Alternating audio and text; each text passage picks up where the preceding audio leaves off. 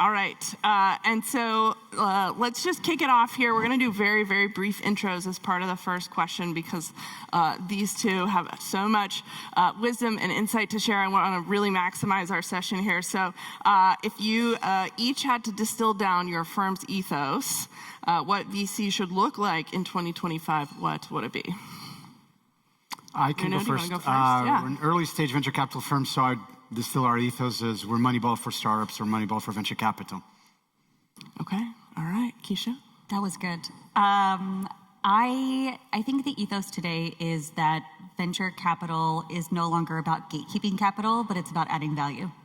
Okay, all right, great. And so we are here to specifically talk about how you're approaching diligence differently. So what experiences led each of you to challenging that traditional playbook? I mean, from our perspective, just to give a little bit of background, we are what we would call today an AI-first VC firm, which might not mean much to you guys, but more of what I would call a quantitative and tech-augmented VC firm. So from the ground up, the way we're built, we've developed our own platform called Mantis. We haven't developed our own CRM, so we use Affinity, just to be clear, for our customers. That's good, that's important. Thank you. That was the plug. Will give me another dinner. And basically, we use that at the center of everything we do. So things that have been used in multi-factor analysis, in public markets and hedge funds for several decades now.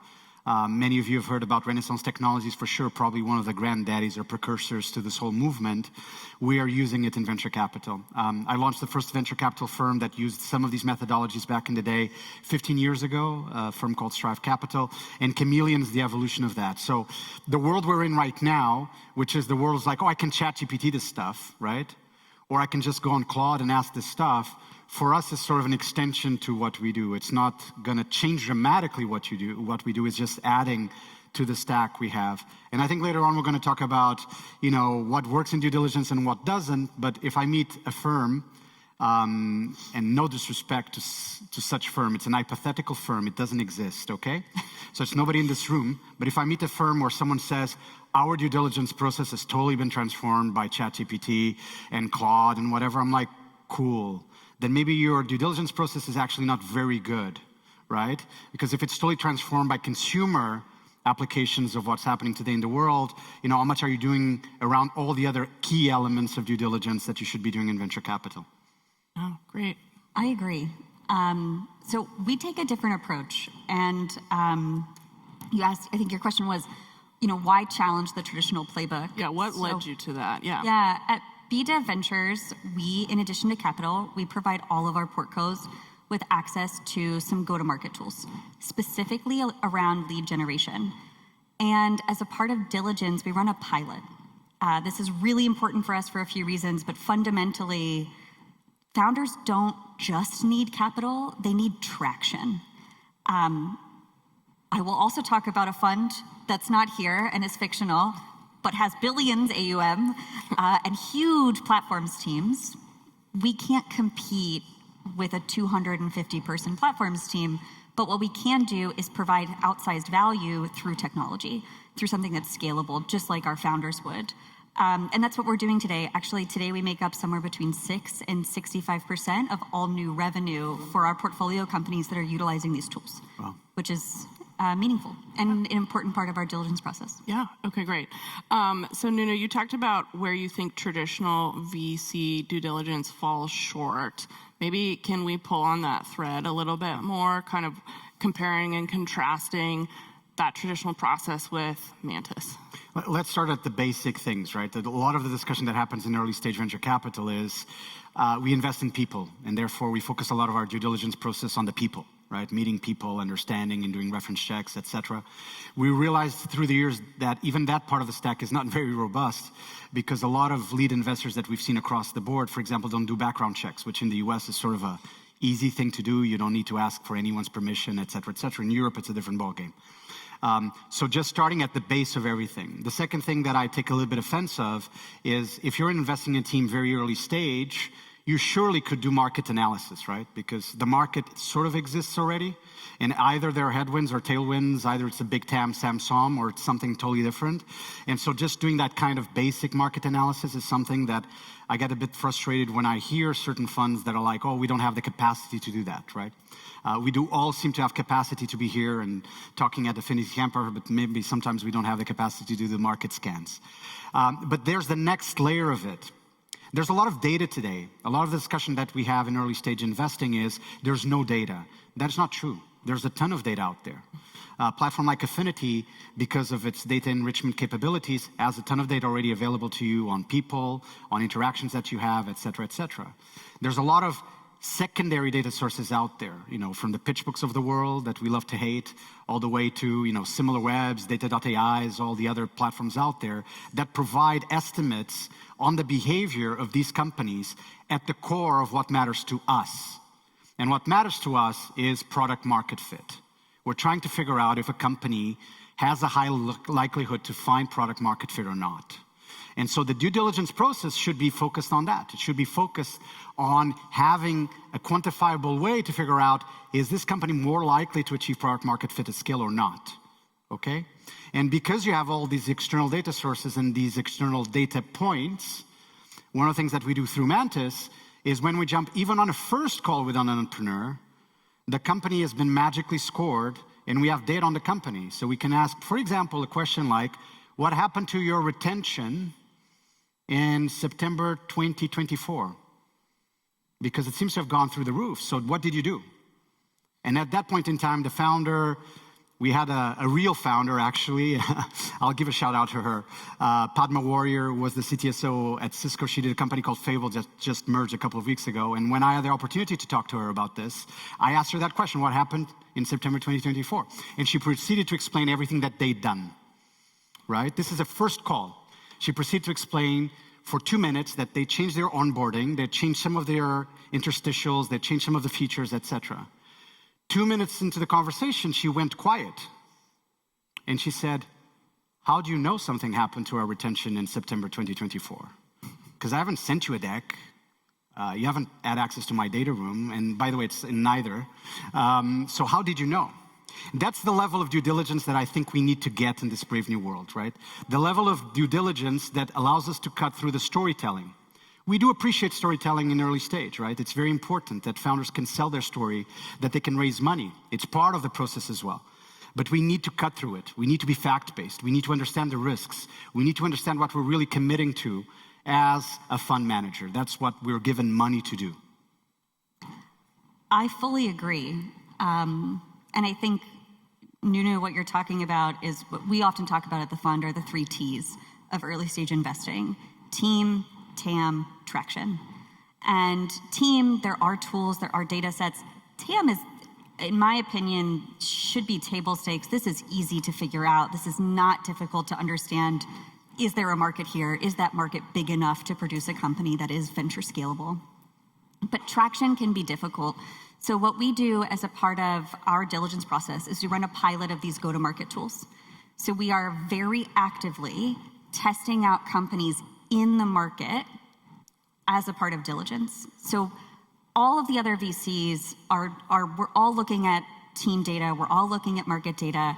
We're taking that a step further because what a lot of VCs are not answering is, can this product sell? Right? Is there something special about this? Do they know their customer?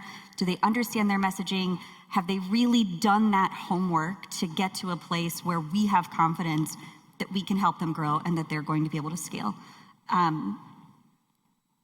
At the same time, we're also working with founders, and as a part of diligence, we're giving them a bunch of free leads, which for us creates that scenario where it's not just that we're getting this unique data set on our companies, working with these founders, but it's also that we are delighting them and genuinely creating a scenario where we have unique data and they're asking us to be on their cap table. Can you talk a little bit about what is part of the diligence? Like what does success look like through that pilot?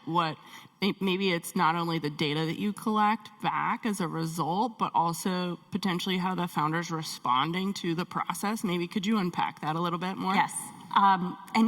Yes, so one of the biggest learnings that we've had from the pilot process is that the founders who inevitably are the most successful, with or without us, and that we have clear data trends toward this, they tend to be the founders who embrace the process, right? So they're eager, they're happy to learn, they understand their customer, they want to iterate, they want to get out in front of their customer. These are not the founders that are, pushing back and saying, well, I disagree with that feedback. It's a unique way. I mean, obviously our core goal is we're testing the market, we're testing the potential for traction, but it's a unique way to get at grit. Yeah. Does this person, do they know their customer and can they learn? That's awesome. And what have been some of the, as you've now run this pilot process many times, what are the key kind of, take it up 30,000 feet from me, what have been the key lessons that you've learned as a firm? What are kind of some of the key insights? So grit is difficult to measure, and I think any time that you're looking at an early team, it's one of the most important factors. We feel like this process gives us some insight into those founders, right? Like we get to work with founders a little bit more than just answering questions. I think the other thing that we're seeing is we get a lot of market feedback, and we can apply that, whether we invest or not, we can take that and apply that to future companies. We will oftentimes identify, hey, there's a real market need here, there's real pull from the market, even if maybe this company is not the right investment, or maybe it is, let's go and seek out other opportunities in this space because it's something we're really excited about. So I think at the IC level, it gives us an ability to build conviction so far beyond the kind of, the coffee chat, if you will. Yeah, the storytelling. And how about with Mantis, as you've used this and started to see the kind of patterns across different startups and founders, what have been some of the key highlights and lessons learned that you're using to then iterate on? We do multi-factor analysis, so as you can imagine, one of the factors we look at is talent. And we score companies on talent outside in, and then obviously as we get primary data and we move through the process, there is human in the loop, and we keep sort of revamping the scores and rethinking the scores and going beyond it.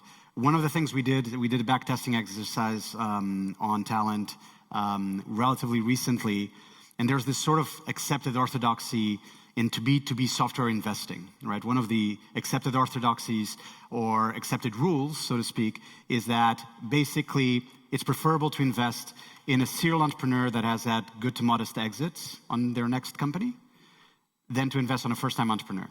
And the reasons are sort of well understood. Subject matter expertise, understanding of go-to-market processes, abilities to scale teams on the sales side, channel partnerships, all that stuff, right? We did the backtesting exercise, and what came out of the exercise, or what came out of Mantis, let's call it by its name, was not so fast. It depends on the first-time entrepreneur. And the conclusion that Mantis arrived to, and this was applicable to 19 out of our 48 verticals. We track 48 verticals, right? And our verticals are pretty broad. So 19 out of the 48 verticals, and most of them were in B2B software, was that if the first-time entrepreneur was an early employee at a significant success, and it defined what the threshold of success was, and this was in an adjacent space, that first-time entrepreneur would outperform the serial entrepreneur with good to modest exits. Not at the same level, not slightly better, it would outperform. It was a strong factor, right? So we had to add sub-factors to our scoring model, as you guys can imagine, right? We're like, okay, we need to figure out, was he or she an early employee of that company or not? Is this company adjacent to the space that they're on now? And obviously you have to figure out the sort of success threshold of the previous company. So things like that, obviously, we all have our intuition. We all have our muscle memory. We all have our biases. So one of the things we work very hard on, and that's, I think, one of the core advantages of having something like Mantis. And Mantis doesn't replace us. Mantis is sort of our running shoes. I don't know if you guys remember the bear story, the chasing bear. The bear chases two people. One puts some running shoes on. The other one's like, why are you putting running shoes on? You can't outrun the bear. And the first one replies, I don't need to outrun the bear. I need to outrun you. Mantis is the running shoes. It happens to be Nike Vaporfly, banned from competition, but it's running shoes nonetheless. So spending a lot of time, for example, on decision-making, you're talking about investment committee. How does the investment committee work? Is it consensus-led? Is it majority-led? Is there a pool for capital that only gets allocated by one person or by an individual if they have a warm and fuzzy feeling about a founder, et cetera? So all these things matter. It's not just about the tech. It's not about the process only. It's about how you make decisions and how you push things through and eliminate biases through time. Okay, all right. So you knew it was coming. We're going to talk about AI. We have to. Check the bingo box. So talk to me a little bit about how your firms are using AI in your diligence process and how that's changed your workflows in the last year. You should take this first. Yes. Come on. We've been using these models for a long time. OpenAI, Claude, all of these things. We've been using them for a very long time.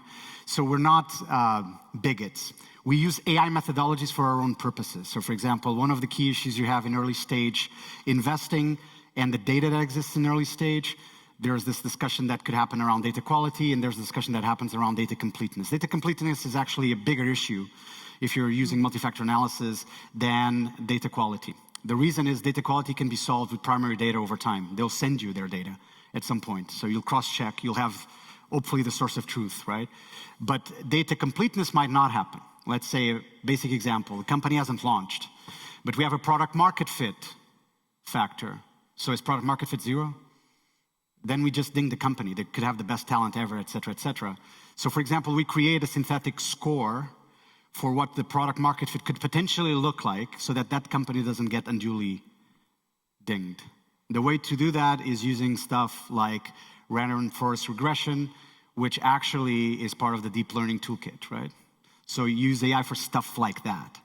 Now, obviously, we have all these great tools. So we are investors on u.com. So for example, we use u.com to generate sort of basic memos for us when we're having, for example, discussions with LPs, with limited partners, when we're fundraising. To help us have some due diligence discussions at length with some companies, we could use other kinds of tools out and about. So it's basically how do you put it all together? And the difficulty here, I don't think it's so much as testing tools, is how are they central to your process? Because if they're not central to your process, they will over time not matter.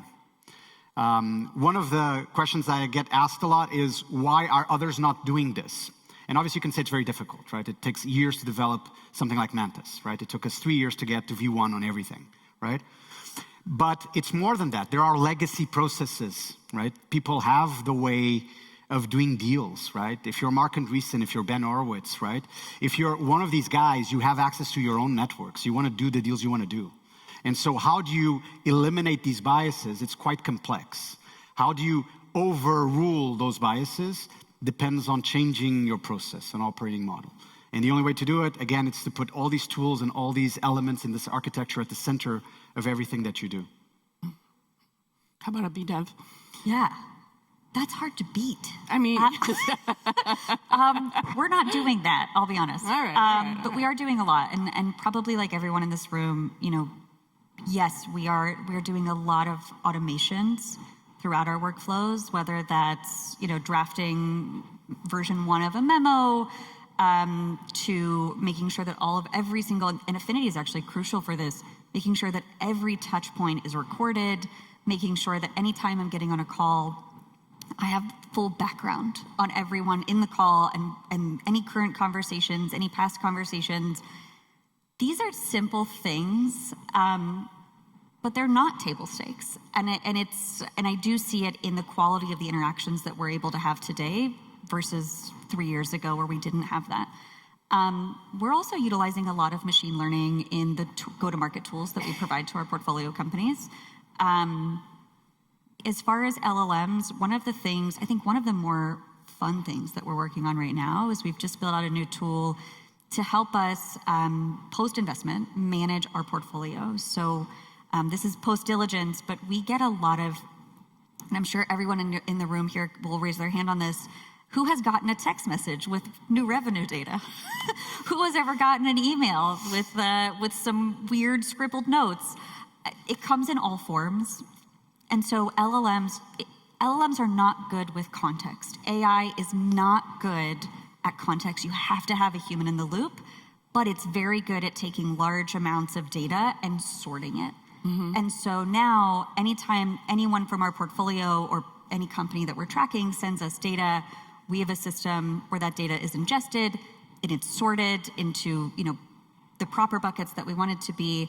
And then we have a report and a summary that it becomes a part of. And so for us now, marking up companies, marking down companies, having a conversation, getting background on someone before that conversation, all of those processes take significantly less time, which is allowing us to do more with less. Yeah. And I think the thing in due diligence is the devil is in the detail, in the sense of if you want to find the really big issue, it's going to be somewhere in there. It might be in the background check that shows that the two co-founders never told you, but they're actually in a relationship.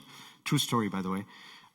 Et cetera, et cetera. And so things that we can use around AI are very helpful in that process of due diligence, is to figure out exactly where the devil is hiding. Very much so. How about in your pilot process? Are there any kind of AI native or AI enabled tools that are giving you maybe more insights or faster insights as part of the pilot process? Very much so. So we have 2 platforms that we use today. A third is on its way. One is essentially cold email outreach, although it is highly automated through a machine learning algorithm. And we have a proprietary database of 350 plus million leads. And so the machine learning algorithm is able to ingest ICP data and go into that database and find the right connections. We also have a warm warm introduction platform. So kind of warm intros at scale, if you will. And I know this is something Affinity is doing. We've kind of taken it a step further and automated quite a bit of that. That tech stack is completely built on, AI, right? Whether that's LLMs or ML and various different things. But right now, we've beta tested that this year. We've kind of soft launched it within our portfolio. And we have companies where that's making up 60% of their revenue today.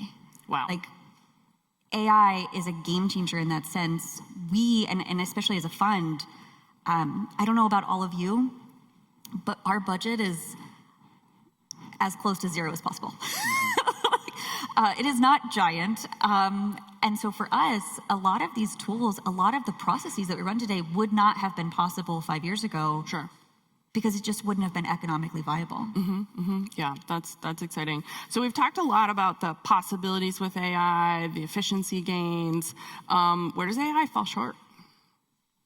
I mean, it's still not great at figuring out people and what's great about them.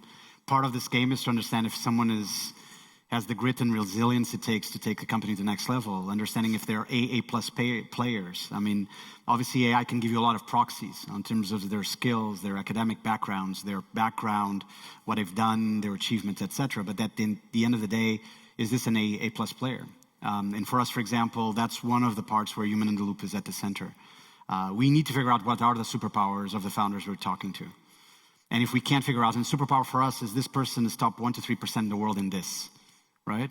If we can't figure out the superpowers, likely they don't have it or something else. And so having that ability to have human in the loop, to have basically the ability for us to say, I think this person is really, really good at this, is essential.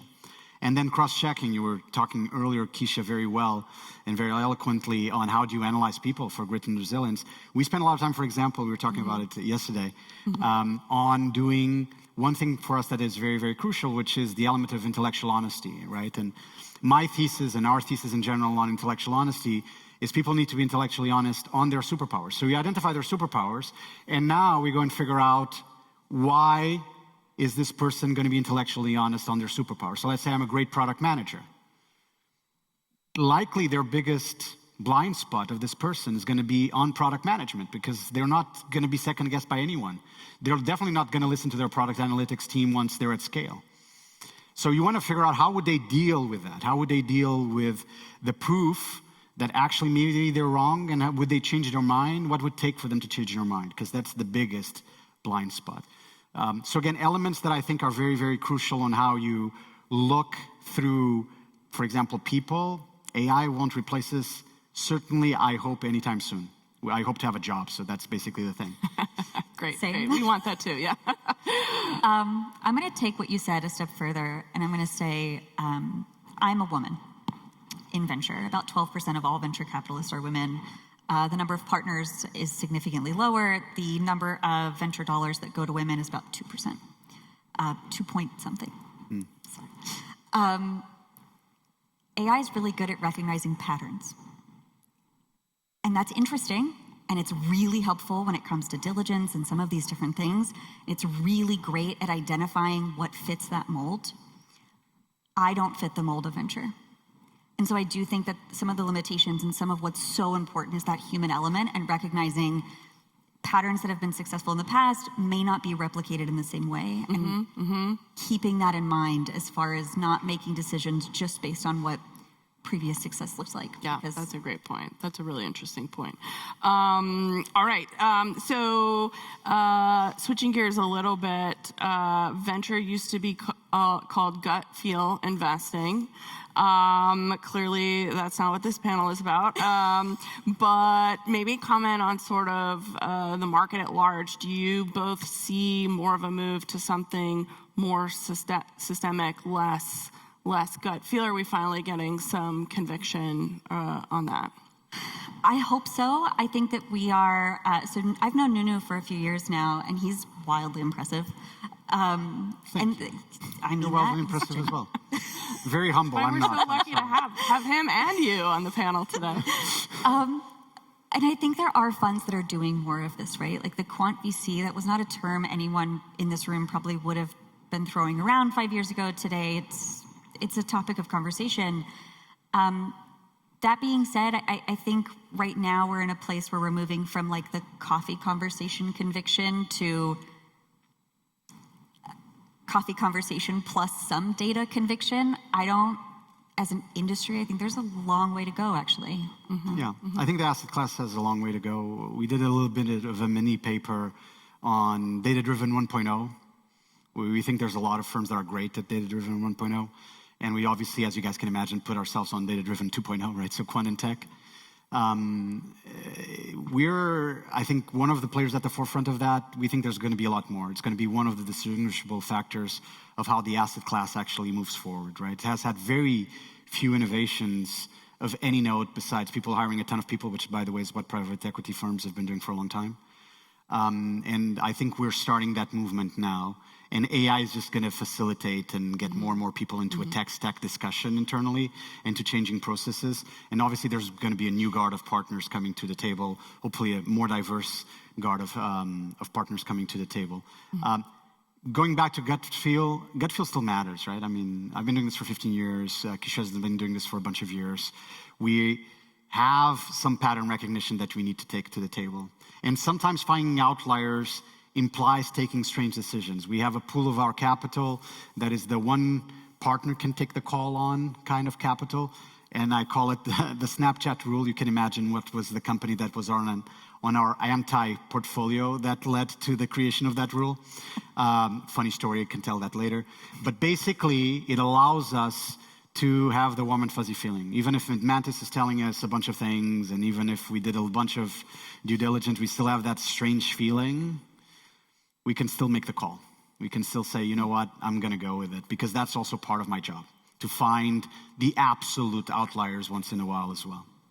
Maybe imagine an emerging manager who's bullish on data and systems and views themselves as AI native, thinking about designing a due diligence process today. What advice would you give them? Do not look at other funds. Do not look at Sandhill.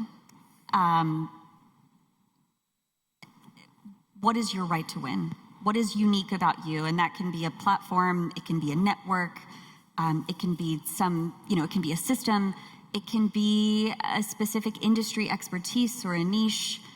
But I think today in venture, founders are looking for way more than capital. You have to bring, as an emerging manager, you have to bring something special to the table, and that needs to be unique to you. No longer, is it a copy paste? And I think it was for a long time. I think successful founders, successful VCs in all regards, looked alike for a long time, and that is changing. Okay, all right. I mean, two pieces of advice. The first one is if you're an emerging manager, maybe the probability that you're, resource limited is very high. And so in that world, my advice is hack it until you make it. So create bottom-up solutions to your due diligence processes that maybe at some point become systems, because you have to have repeatable stuff over time, right? And it's unlikely that you'll be able to frame it top-down to start with. So if it's, and some of it hits some of the points I think Keisha was making, which is if you have different angles around how you do due diligence, go after those angles, right? If it's a talent assessment piece, if it's an assessment on the data room, if it's something else altogether, build on that, and from there, create your stack around due diligence. The second piece of advice is, a lot of people have asked this, so why do you guys need associates? And the reality is, for actual fundamental work, we might not need associates, shockingly enough, right? But we need associates in venture capital the same way that if you're an emerging manager and you're going through the ropes of starting to invest at scale in a more institutional manner, because this job, this profession, is actually an apprenticeship. And so if you're doing due diligence, get subject and submit it to the most processes you can, right? Because you'll see all sorts of crap. And ask people, ask anyone. You work with lawyers, ask your lawyers, right? Stuff you've seen, stuff that you would advise me to go under the hood, examples, and just go through it. I mean, I've been doing this, as I said, for 15 years. I'm still shocked about the stuff I discover once in a while when I'm doing due diligence. Like, how did they get away with this stuff? How did someone not see this? I was remembering a deal, this was maybe 2 years ago. We passed on the company. I won't say the name of the fund. It's a very large fund. And they invested in a company, and they didn't do all the checks on the company. They didn't check invention rights on a team that these guys had in Eastern Europe. And these members of the team had never signed invention rights. Sort of a problem, right? If you're coming into a Series C, right, at a huge valuation. I mean, stuff like that. Now, obviously, the lawyers should have known better. The Series D lawyers did. The C didn't. So, again, this kind of stuff is always surprising along the way. There's things always hidden. Just find them as soon as you can and start getting sort of that repeat view and that apprenticeship that goes into the profession of venture capital. All right, great. So we've talked about how due diligence has changed, but maybe not for how LPs and founders have changed what they demand from diligence. What trends are you seeing there? LPs are looking for scalability and reliability, right? They want to know that you're not just getting lucky, like it wasn't just, you happen to have a roommate at Harvard that was really great. Can you do this again and again and again? Is it systems driven, not just driven by, a limited network that might run dry? On the founder side, I think with diligence today, who here has been a founder and gone through a diligence process? All right, we got a handful, yeah. It's not great, usually, right? You're trying to build your business. You're incredibly busy. Everything you're hearing from every investor you talk to is traction, traction, traction. And then you're taking large chunks out of your day to have what can feel like endless meetings. I think founders today demand, and especially in if it's a competitive round, they demand value. How can we make this quick? How can we make it efficient? We are, with AI, finding efficiencies in basically everything else we're doing. How can investors bring that efficiency to the diligence conversations as well? Being organized. We're minority investors, so we are always, we always want to invest alongside others. And it surprises me how many times, we kind of get around that proverbial table and we're like, okay, great, we did the diligence, we're in. And there's continuing questions and continuing to ask for new documents or more documents. And I think AI is a really cool opportunity. And if you're thinking about your diligence process today and you're thinking about improvements that you can make, where founders might really appreciate it, it's there, it's inefficiencies, and it's adding value early on. Maybe that's even just an introduction. Yeah. I think it's one thing that's similar across LPs and founders, shockingly enough, is they both ask the same question, which is what value can you bring to us besides capital? In the case of LPs, returns. In the case of founders, obviously just the capital. I think that discussion with founders is coming earlier and earlier, right? They're like, cool, you give me this money. How much money can you give me in the next round? Follow on, whatever. But besides that, what else can you bring to the table? Do you have a team that helps in terms of operations? Do you have a platform? In our case, we have Mantis, et cetera, right? With LPs, I agree with Keisha's answer. I think there's a slight nuance to it. I think Keisha gave us the politically correct answer, which is LPs are looking for track record, they're looking for repeatability and the beta and implied alpha and everything that's being done. If anyone can explain that to them, that would be great. And they're looking for the distinctiveness of the fund. The reality is we're in an incredible brand arbitrage market right now, where I see a lot of low conviction stuff going on, right? People are like, oh, I'm just gonna invest in those guys because they're on the news every day, and my own investors are gonna bug me if I didn't invest in that fund, right? And that guy just spun out, or that girl just spun out, and I'm gonna invest in them. So right now, I think brand has become the winner on LP discussions, and I'm willing to be convinced otherwise. We have a couple of high conviction people at the table that have been great believers, but I feel that's the trend we're going through. We go through cycles. On the founder side, just to close a little bit the loop, they are looking obviously for the value add.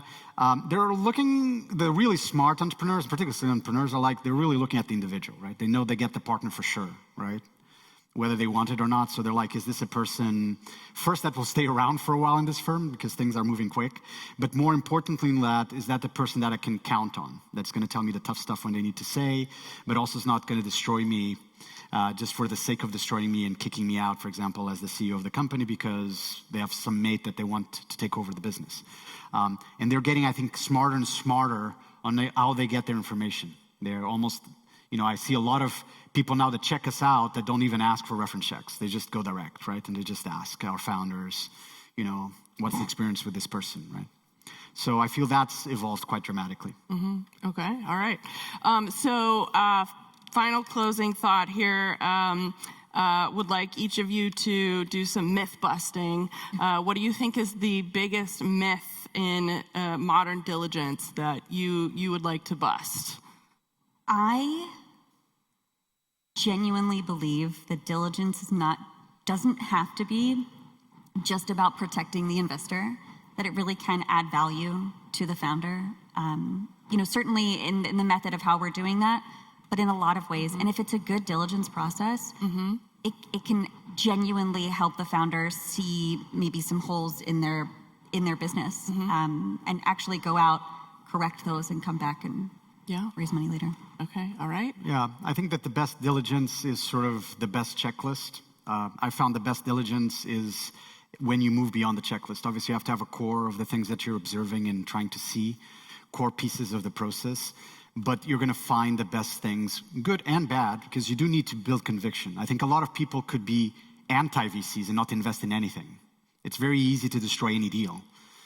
We have to be optimists, right? If we can't be optimists, we won't invest. We won't believe, right? But actually having the ability to go outside that architecture and checklist and going and finding what's different about this deal, what's different about my due diligence on this company, what's different about their business that would allow me to go outside of my normal remit and my toolbox and my toolkit. I think that's something that's probably the most worthwhile kind of due diligence to do. Mm-hmm. Wonderful. Awesome. All right. Well, I love ending on that note of optimism. This has been a terrific panel. Keisha, Nunu, thank you so much. Let's give them a warm round of applause. Thank you.